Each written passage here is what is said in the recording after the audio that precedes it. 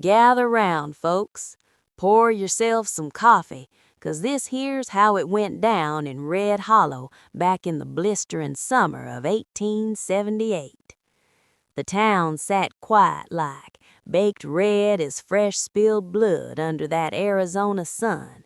Main Street, just a long stretch of churned up dirt lined with a sagging saloon called the Rusty Spur, a livery stable smelling of hay and horse sweat, a general store with fly-specked windows, and the sheriff's office, empty most days 'cause the law had long since rode out and never come back. Folks whispered that Harlan Crow owned everything worth owning, including the fear in people's hearts. Him and his boys, Pike with the knife scar running cheek to jaw, and that snake-eyed gambler Slim, they'd been running roughshod over every homesteader from here to the river, burning barns at midnight, stealing herds under moonless skies, forcing quitclaims signed at gunpoint. No one lifted a finger. No one dared. Then one afternoon, when the heat shimmered like water on the horizon, a lone rider come drifting in, paint horse, weary and trail-worn, man in a dust-caked duster, hat low over eyes you couldn't read.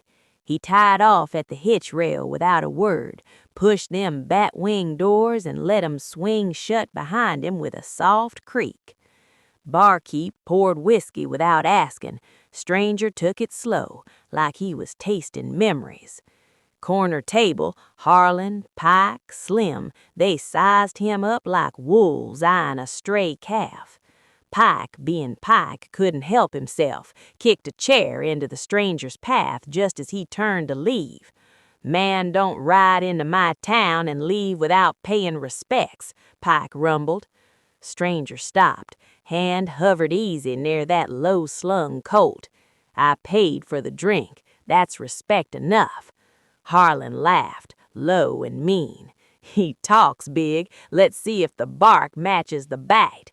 Pike rose slow, palm on his iron. "Draw, drifter, or crawl out dragging your belly." Room went dead still. You could hear the sweat beading on foreheads, the tick of a pocket watch somewhere. Stranger sighed, like a man tired of burying fools. "Didn't come looking for this." "Too damn late," Pike snarled, and his hand slapped leather. "2 shots? Folks swear it sounded like 1. Pike's gun never cleared the holster. He folded like a bad hand, hitting the floorboards with a thud that rattled bottles. Clean hole, right between the eyes.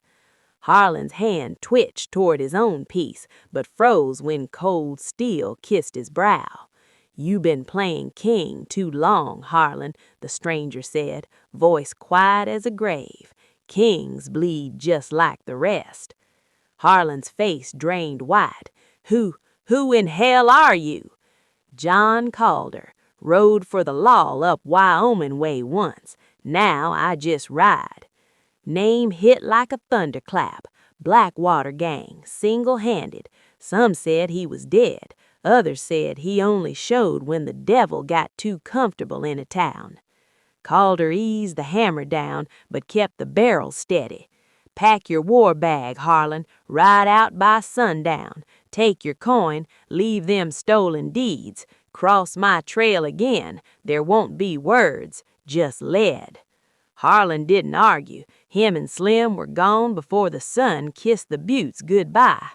Come morning, homesteaders stepped onto their porches and found their cattle back in the grass, fat and contented. Fresh deeds waited on kitchen tables, signed honest, no blood on 'em. Calder vanished like smoke, horse gone from the rail, no tracks worth following. Years on, when the wind howled down empty streets and old men hunched by stoves, they'd still tell it, the day the stranger fixed everything. And on lonesome nights when the moon hangs low and silver, some swear they hear hoofbeats fading into the dark, riding on to the next town that needs cleaning.